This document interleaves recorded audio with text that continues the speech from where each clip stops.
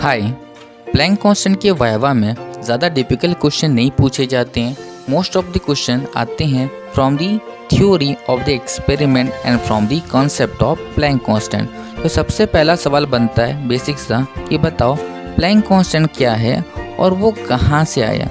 जो Planck constant होता है that is a fundamental constant and वो करता क्या है, that relates the energy of photon to its frequency.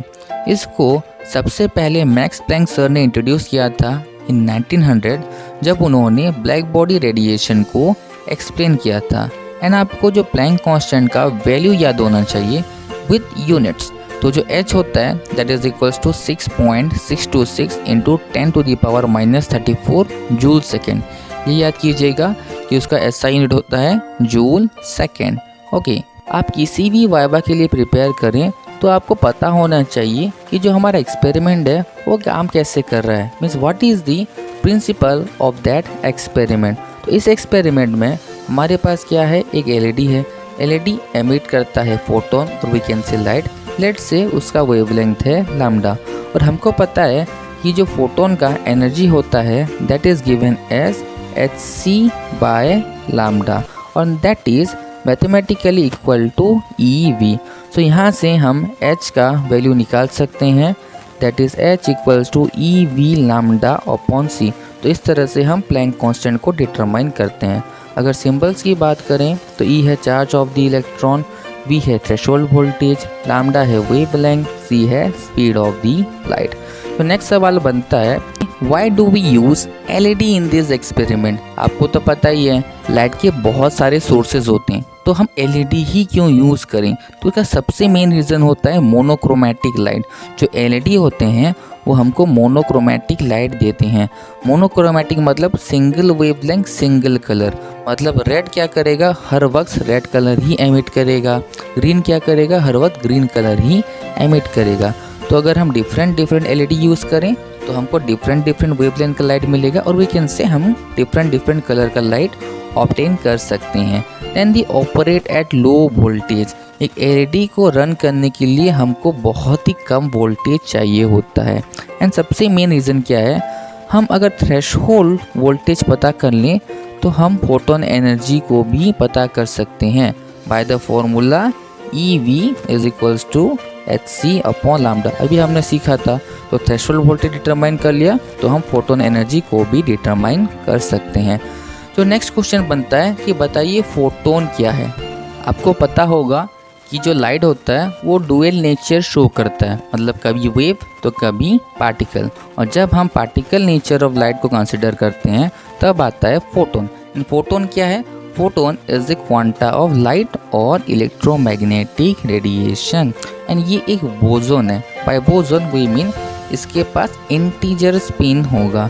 Suppose हमारे पास एक LED है that is emitting wavelength lambda, light emit कर रहा है और वेवलेंथ लैम्डा। तो उसके जो फोटोन्स होंगे उसका एनर्जी को हम लिख सकते हैं, energy of photon is given as E is equals to hν, जहाँ पर E क्या है, एनर्जी ऑफ फोटोन, H क्या है, प्लैंक कांस्टेंट, एंड न्यू क्या है, frequency of electromagnetic radiation. Now moving to the next question, what is the threshold voltage of LED। ये आपको पूछ सकते हैं because it is very important in our experiment. तो देखिए ग्राफ से समझते हैं। अगर हमारे पास एक LED है उसको हम फॉरवर्ड बायस करें, क्या करें हम उसको, we just do it forward bias.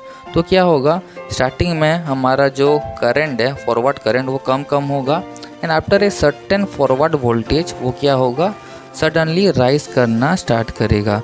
तो जिस पॉइंट्स के बाद वो इस तरह से राइज कर रहा है उसी को बोलते हैं थ्रेशोल्ड वोल्टेज। तो देखिए यहाँ जो है, ये जो पॉइंट है जहाँ पर ये राइज करना स्टार्ट हो रहा है इसी को बोलते हैं threshold voltage.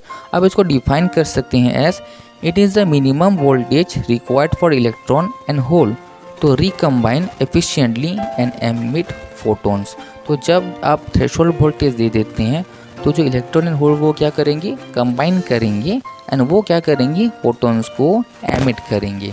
Okay, all LED has same threshold voltage. क्या हमारे पास जितने भी LED होते हैं क्या उनका थ्रेशोल्ड वोल्टेज सेम होता है? Answer is simply no. पर ऐसा क्यों होता है? क्योंकि देखिए डिफरेंट एलईडी का डिफरेंट बैंड गैप होता है and hence different threshold voltage होता है। अब सवाल ये बनता है किसका थ्रेशोल्ड वोल्टेज सबसे ज़्यादा होगा। तो ये देखिए जो ब्लू लाइट होता है उसका फ्रीक्वेंसी सबसे ज़्यादा, तो उसका फोटोन एनर्जी सबसे ज़्यादा है, हेंस उसका जो थ्रेशोल्ड वोल्टेज होता है वो सबसे ज़्यादा होता है। तो ब्लू का थ्रेशोल्ड वोल्टेज सबसे ज़्यादा एंड रेड का थ्रेशोल्ड वोल्टेज सबसे कम। Okay, now why is the measured value of Planck constant not exactly equal to the accepted value। जब आपने एक्सपेरिमेंट किया होगा तो आपका experimental result of Planck constant exact value से बहुत डिफरेंट आता है। ऐसा क्यों होता है? ऐसा इसलिए होता है क्योंकि हम जब भी मेज़र करते हैं तो हमारे मेज़रमेंट में एरर के चांसेस होते हैं, और जो एलईडी होते हैं वो आइडियल सोर्सेस नहीं होते हैं ऑफ सिंगल वेवलेंथ। एलईडी में सिंगल कलर आता है। फॉर एग्जांपल एक एलईडी 400 नैनोमीटर एमिट कर रहा है, बट आफ्टर सब टाइम ये हो सकता है कि वो 401 या 399 नैनोमीटर ऑफ लाइट एमिट करे। So they are not ideal sources of single wavelength light. और लास्ट में क्या होता है, देखिए इंस्ट्रूमेंट में कुछ डिफेक्ट आ गया या टेम्परेचर का कुछ इफेक्ट आ गया, देन हमारा रिजल्ट थोड़ा सा डिफरेंट आएगा। Now how can you obtain monochromatic light from white light. Suppose आपके पास एलईडी नहीं है, आपके पास वाइट लाइट है, तो आप वाइट लाइट से मोनोक्रोमेटिक लाइट कैसे एमिट करेंगे, कैसे ऑब्टेन करेंगे। तो देखिए सपोज मेरे पास एक वाइट लाइट सोर्स है, ये क्या करेगा 7 कलर्स के मिक्सचर को एमिट करेगा। मैं क्या करूँगा, उसके सामने एक कलर ग्लास फिल्टर अप्लाई करूँगा। तो ये कलर ग्लास फिल्टर उस वाइट लाइट से सिर्फ एक पर्टिकुलर वेवलेंथ ऑफ लाइट को पास करने देगा। और कलर ग्लास फिल्टर क्या है, ये एक डिवाइस है जो कि एक स्पेसिफिक वेवलेंथ ऑफ लाइट को पास करने देता है, बाकी सबको क्या करेगा, ये ब्लॉक कर देगा। Now what is the role of photo detector और सोलर सेल। एक फोटो डिटेक्टर या सोलर सेल का काम क्या होता है, they convert light energy into electrical signal. Now ये एक इम्पॉर्टेंट क्वेश्चन है, what is the significance of Planck constant. Planck constant का इम्पोर्टेंस क्या है। तो देखिए ये एक फंडामेंटल कांस्टेंट है of quantum mechanics. Quantum mechanics में आपको हर जगह प्लैंक कांस्टेंट देखने को मिलेगा। ये क्या करता है, पार्टिकल एंड वेव प्रॉपर्टी को कनेक्ट करता है। आपने पढ़ा होगा जो वेवलेंथ आता है that is lambda is equals to h upon p। तो मैटर वेव का कॉन्सेप्ट, तो इसमें क्या होता है कि अगर कोई पार्टिकल मूव करेगा then it will have a wavelength lambda is equal to h upon p। Then next property देखिए इसका है, it explains quantisation of energy. ये कहाँ से आया, E is equals to h nu. कहाँ से, E is equal to h nu से ये आया। एंड अगर नेक्स्ट की बात करें तो बहुत सारे जो क्वांटम मैकेनिक्स के इक्वेशन होते हैं जैसे कि स्क्रोडिंजर इक्वेशन और de Broglie equation and many more equation हमको प्लैंक कांस्टेंट देखने को मिलता है।